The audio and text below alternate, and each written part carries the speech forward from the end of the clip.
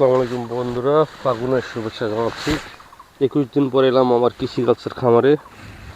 সকালবেলা এসেই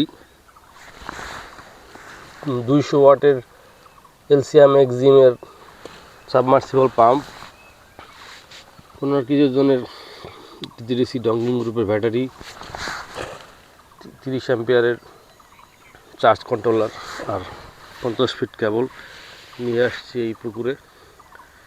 এই পুকুর পাড়ে এখন এই পাম্প সেট আপ করবো। তারপর আমার বুভুক্ষ গাছগুলোকে ভিজানোর জন্য আপ্রাণ চেষ্টা করব। তো চলুন শুরু করি, আপনাদেরকে দেখাই। 3-4 মিনিট এই পাম্প সেট আপ রেডি করছি। পাম্প সেট আপ করতে বেশি একটা সময় লাগে না। এই যে ব্যাটারি 15 কেজি ওজনে, দেখা যাচ্ছে 30 অ্যাম্পিয়ারের, কিন্তু এটা আদৌ 30 অ্যাম্পিয়ারের ব্যাটারি না। তো যাই হোক, এই যে 12.9 দেখাচ্ছে ব্যাটারি ভোল্টেজ, চার্জ কন্ট্রোলার। আর এই যে পুকুরে ডুবানো আছে 200 ওয়াটের সাবমার্সিবল মাড পাম্প। তো এটা সুইচ দিলেই চালু হয়ে যাবে। বিসমিল্লাহির রহমানির রহিম। লোডে আছে 11 ভোল্ট, 11.9 ভোল্ট। তো যাই দেখি পানি উঠতে শুরু করছে কিনা। তাহলে গাছে পানি দেওয়া শুরু করব। তো চলুন গাছে পানি দেই। আলহামদুলিল্লাহ, গল গল করে পানি বেরোচ্ছে। আলহামদুলিল্লাহ, এই তো পানি বেরোয়া শুরু হচ্ছে। এখন যতক্ষণ ভোল্ট থাকে, চার্জ থাকে, ততক্ষণ গাছে পানি দিয়ে যাব। যেহেতু অনেকদিন পর আসছি, বেশিরভাগ গাছের গোড়ায় শুকায় গেছে, পাতা ঝরে গেছে। এই ড্রাই সিজনে এখন নিয়মিত গাছের পানি দেওয়ার কোনো বিকল্প নাই। ছিল 2-1 দিন পর পরই পানি দেওয়া, কিন্তু আমি যেহেতু ঢাকায় থাকি, একটা নির্দিষ্ট বিরতির পর আসি, তাই আমি পানি একটা খুব দিতে পারি না। তো যখনই আসি এভাবে ঢালাওভাবে পুরো খামারটা ভেজাই। তো আজকেও সেভাবে ভেজাচ্ছি এবং এটা আপনাদের দেখানোর জন্যই ক্যামেরা চালু করছি। তো আপনারা দেখতে থাকুন। দেখুন, একটা 1 হর্স পাওয়ারের মোটর যেভাবে পানি তোলে, আমার থেকেই 200 ওয়াটের সাবমার্সিবল ওয়াটার পাম্পটাও সেই একইভাবে পানি তুলতে পারতেছে। এই পাম্পটার একটা ভালো বিশেষত্ব যে এটার পানি ভালোই দেয়। ব্যাটারি অ্যাম্পিয়ার যদি বেশি হয় তাহলে দীর্ঘক্ষণ চালানো যায়, এটার প্লাস পয়েন্ট। আমি আশা করি আমি 30 মিনিট চালাবো টানা 30 মিনিট চালাই দেখব যে পানির গতি, ফোর্স কোনো হেরফের হয় কিনা। তো যেহেতু আমার বুভুক্ষ গাছ, গোড়ায় পানি নেই, মাটি শক্ত, তাই প্রত্যেকটা গাছের গোড়ায় আমি এভাবে করে ঢালা করে পানি দিব। এই কাজটার জন্য সকালবেলা এসেছি। নতুন নারিকেল গাছ লাগিয়েছিলাম, কিছু নতুন নারিকেল গাছ লাগিয়েছিলাম, সেগুলোর পানি দিচ্ছি। মোটামুটিভাবে ঢালাওভাবে আমি 30 মিনিট পানি দিয়ে যাব। তারপর চিন্তা করব যে পাম্পের পাওয়ার কেমন আছে, ব্যাটারি ভোল্টেজ অ্যাম্পিয়ার কত আছে। তো সেই পর্যন্ত পানি দিয়ে যাই। এটা একটা মোক্ষম পাম্প, যে আপনি এক জায়গায় দাঁড়িয়ে থেকেই তারপর সেই পানি ছিটাতে পারবেন, কারণ এটার ভালো একটা ফোর্স আছে। দেখেন আমি ফোর্স দিয়ে কত দূরে নিয়ে যাচ্ছি, চমৎকারভাবে পানি দূরে চলে যাচ্ছে। তো কৃষকদের জন্য একটা ভালো আশীর্বাদ, একটা মোটর, কিছু পাইপ, ছোট্ট একটু তার, আর যদি থাকে একটা ভালো 30 অ্যাম্পিয়ার ব্যাটারি, তাহলে এই পাম্পটা দিয়ে আপনি দুর্দান্ত পারফরমেন্স করতে পারবেন। টানা 20 মিনিট ধরে পাম্প চালাচ্ছি, এখনও পানির স্পিড ভালোই, গল গল করে পানি পড়তেছে। এটা আমার একটা আলু বোখারা গাছ। এবারই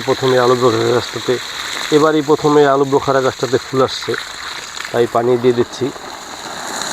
কিন্তু আমার এখানে যেটা চুই ঝালের ঝাড় ছিল, বিশাল চুই ঝালের ঝাড়, এই যে গোড়া দেখা যাচ্ছে, সবগুলা চুই ঝালের মৃত্যু হয়েছে।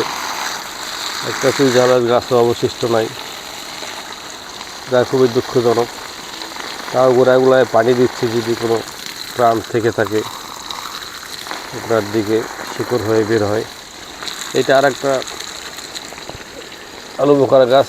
এই গাছটা তো এবার ফুল আসছে, তো গাছটার পরিচর্যা করতে হবে। তো এভাবেই যতক্ষণ পাম্পের চার্জ থাকে, ভোল্টেজ থাকে, পানি দিয়ে যাব। দেখুন পানির স্পিড দেখুন, কেউ বিশ্বাস করতে পারবেন না যে একটা 30 অ্যাম্পিয়ারের ব্যাটারি দিয়ে 180 ওয়াটের পাম্প এত দূরে পানি যায়, এটা আসলে অবাক করার মতো বিষয়। খামারে যদি ব্যাপ্তি ছোট থাকে, ছোট খামার, তো আপনি এক জায়গায় আরামসে বসে পাইপ ঘুরাই ঘুরে সব দিকে পানি দিতে পারবেন। প্রায় আধা ঘন্টা চালাচ্ছি পানি মোটর। তো এখন দেখি ব্যাটারি ভোল্টেজ কত আছে, তারপর আবার পরবর্তী পদক্ষেপ নিব। পাম্পটা দেখে আসি। সুন্দর মতনই চলতেছে পাম্পটা, কোনো সমস্যা নাই। পাম্প চলতেছে, পানি উঠতেছে।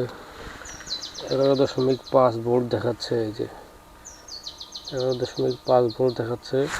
আর এটা বন্ধ করলে কত দেখাচ্ছে দেখি, 12.2 ভোল্ট।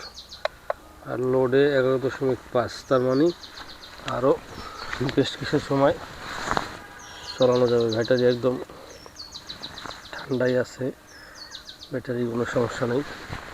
তো দেখি আবার পানির ধারা কেমন। এরপর 11 ভোল্ট নামায়া মোটরটা অফ করে দিব। এই যে আলহামদুলিল্লাহ 1 ইঞ্চি পাইপের একদম মুখ ভরে ভরে পানি আসতেছে। মনে হচ্ছে মোটামুটি সবাই ভিজাই ফেলছি, কিছুই বাকি নাই।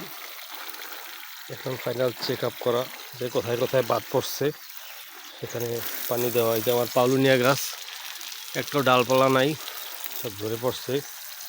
কিছুদিন পর এখান থেকে আবার নতুন করে শাখা শিকড় বের হয়ে গাছ হবে। তো এই ফাঁকে আমি আমার গাছগুলোকে পানিতে ভিজিয়ে নিই।